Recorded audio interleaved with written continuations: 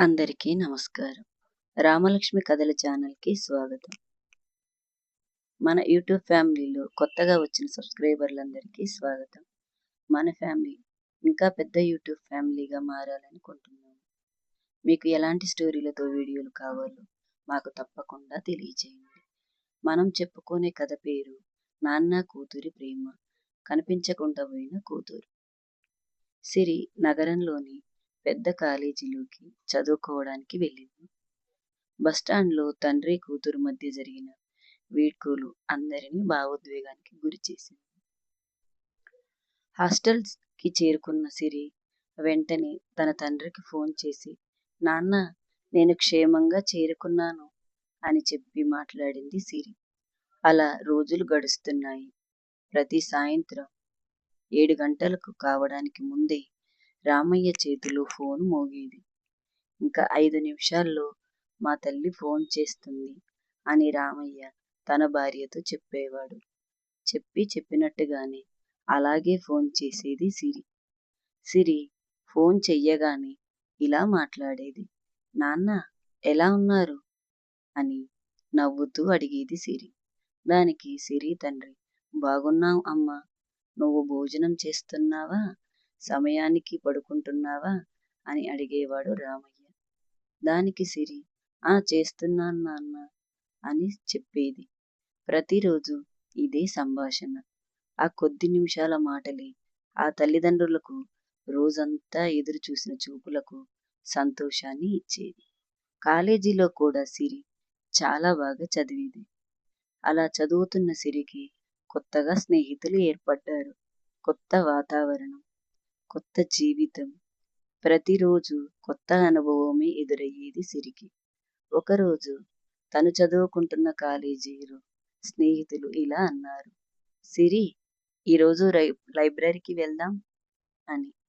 ఆ మాటలకు సిరి కూడా వాళ్ళతో వెళ్ళింది.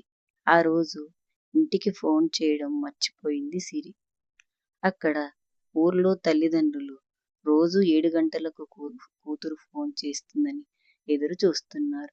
కానీ రాత్రి 9 గంటలు దాటిపోయాయి. రామయ్య ఇంకా ఫోన్ చేతిలో పట్టుకొని కూర్చున్నాడు. ఇవాళ కూతురు బిజీగా ఉండి ఫోన్ చేయడం కుదరడం లేదేమో అనుకొని తనను తాను ఓదార్చుకున్నాడు రామయ్య. కొద్దిసేపటికి సిరి ఫోన్ చేసింది. సారీ నాన్న, చదువులో బిజీగా ఉండి మర్చిపోయాను అంది సిరి. ఆ మాటలు విన్న రామయ్య, పర్వాలేదు తల్లి, నువ్వు బాగుంటే చాలు అన్నాడు రామయ్య. అలా ప్రతిరోజు వచ్చే ఫోను వారంలో 4 రోజులకు ఒకసారి చేసేలాగా మారిపోయింది. తర్వాత వారంలో ఒక్కసారి మాత్రమే ఫోన్ చేసేది సిరి. అలా రోజులు మారుతూ ఉంటే లక్ష్మమ్మకు కూతురు మీద చాలా భయంగా బెంగగా ఉండేది. ఏమండి, సిరి ఫోన్లు చేయడం తగ్గిపోయింది, మీరు ఏమీ అడగడం లేదేంటి అని రామయ్యను అడిగింది లక్ష్మమ్మ. ఆ మాటలకు రామయ్య నవ్వుతూ, అమ్మాయికి చదవడం పెద్ద చదువులు కాబట్టి టైం సరిపోవడం లేదు, చేస్తుందిలే, నువ్వు కంగారు పడమాకు అని చెప్పాడు రామయ్య. కానీ ఆ నవ్వు వెనుక ఒక ఆందోళన ఉంది. ఒక ఆదివారం లక్ష్మమ్మ తన కూతురికి ఫోన్ చేసింది. ఫోన్ మోగింది, కానీ ఎవరూ ఎత్తలేదు. ఒకవేళ క్లాసులో ఉండి ఉంటుంది అని అనుకుంది లక్ష్మమ్మ. సాయంత్రం మళ్ళీ చేసింది. ఈసారి కూడా సమాధానం లేదు. ఆ రాత్రి సిరి తిరిగి ఫోన్ చేసింది తల్లిదండ్రులకు. ఇలా చెప్పింది సిరి, అమ్మా, క్షమించు, ఫోను సైలెంట్లో పెట్టాను, అందుకే మీరు ఫోన్ చేసింది నాకు తెలియలేదమ్మా అని అంది సిరి. లక్ష్మమ్మ ఊపిరి పీల్చుకుంది. కానీ రోజులు గడిచే కొద్దీ సిరి కాల్స్ ఇంకా తగ్గిపోయాయి. ఇప్పుడు నెలకు ఒక్కసారి మాత్రమే మాట్లాడుతుంది. రోజుకు ఒకసారి ఫోన్ చేసే సిరి వారానికి ఒకసారి మాట్లాడేది. తర్వాత రోజులు గడిచే కొద్దీ నెలకు ఒకసారి మాట్లాడుతుంది. అలా ఒకరోజు రామయ్య తన పొలంలో పని చేస్తూ పక్క రైతులతో ఇలా అన్నాడు, నా తల్లి సిరి పెద్ద ఆఫీసర్ అవుతుంది అని గర్వంగా చెప్పాడు. కానీ ఆ మాట చెప్పిన వెంటనే అతని చూపు ఫోన్ మీదకే వెళ్ళింది. ఈ రోజైనా ఫోన్ చేస్తుందేమో సిరి అని ఫోన్ పట్టుకొని ఎదురు చూశారు. కానీ ఆ రోజు కూడా ఫోను రాలేదు. మరుసటి రోజు లక్ష్మమ్మ ఫోన్ చేసింది కూతురికి. ఈసారి మీరు డయల్ చేసిన నెంబర్ ప్రస్తుతం స్విచ్ ఆఫ్లో ఉంది అనే మాట వినిపించింది.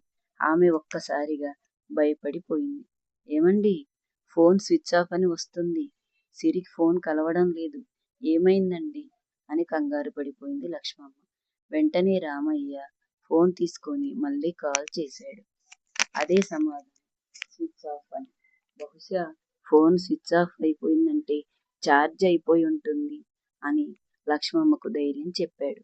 కానీ ఆ రోజు ఫోన్ కూడా రాలేదు. సిరి ఫోన్ చేస్తుందేమని ఎదురు చూసిన ఫోన్ మాత్రం రాలేదు. మరుసటి రోజు కూడా ఫోన్ కోసం ఎదురు చూస్తూ తల్లిదండ్రులు ఫోన్ చేస్తుంది తమ కూతురని ఎదురు చూస్తూనే ఉన్నారు. కానీ మూడో రోజు కూడా అదే పరిస్థితి. రామయ్య మనసులో ఏదో తెలియని భయం మొదలైంది. ప్రతి గంటకోసారి తన కూతురి నంబర్కు కాల్ చేస్తూనే ఉన్నాడు. కానీ ఫోన్ మాత్రం కలవడం లేదు. ప్రతిసారి ఒకటే సమాధానం, స్విచ్ ఆఫ్. ఆ చిన్న మాట వారి జీవితాన్ని చీకటిలోకి నెట్టబోతుందని వాళ్ళకింకా తెలియడం లేదు. ఎపిసోడ్ 3 ఇంతటితో ముగిసిపోయింది. తమ కూతురు ఫోను ఎందుకు ఆఫ్లో పెట్టిందని తల్లిదండ్రులు కంగారు పడుతూనే ఉన్నారు. ఆడపిల్లని పై చదువుల కోసం పక్క ఊరికి పంపించినప్పటి తల్లిదండ్రుల వ్యధ బాధ మనకు తెలిసిన విషయమే. రామయ్య లక్ష్మమ్మ నగరానికి వెళ్ళి కాలేజీలో సిరి గురించి అడుగుతారు. కానీ అక్కడ వాళ్ళు వినబోయే నిజం వారి ప్రపంచాన్ని కూల్చేస్తుంది. ఎందుకంటే అది మనం నెక్స్ట్ ఎపిసోడ్లో తెలుసుకుందాం. పక్క ఊరికి పంపించిన మన కూతురు క్షేమంగా ఉండాలని కోరుకుందాం. Thank you so much.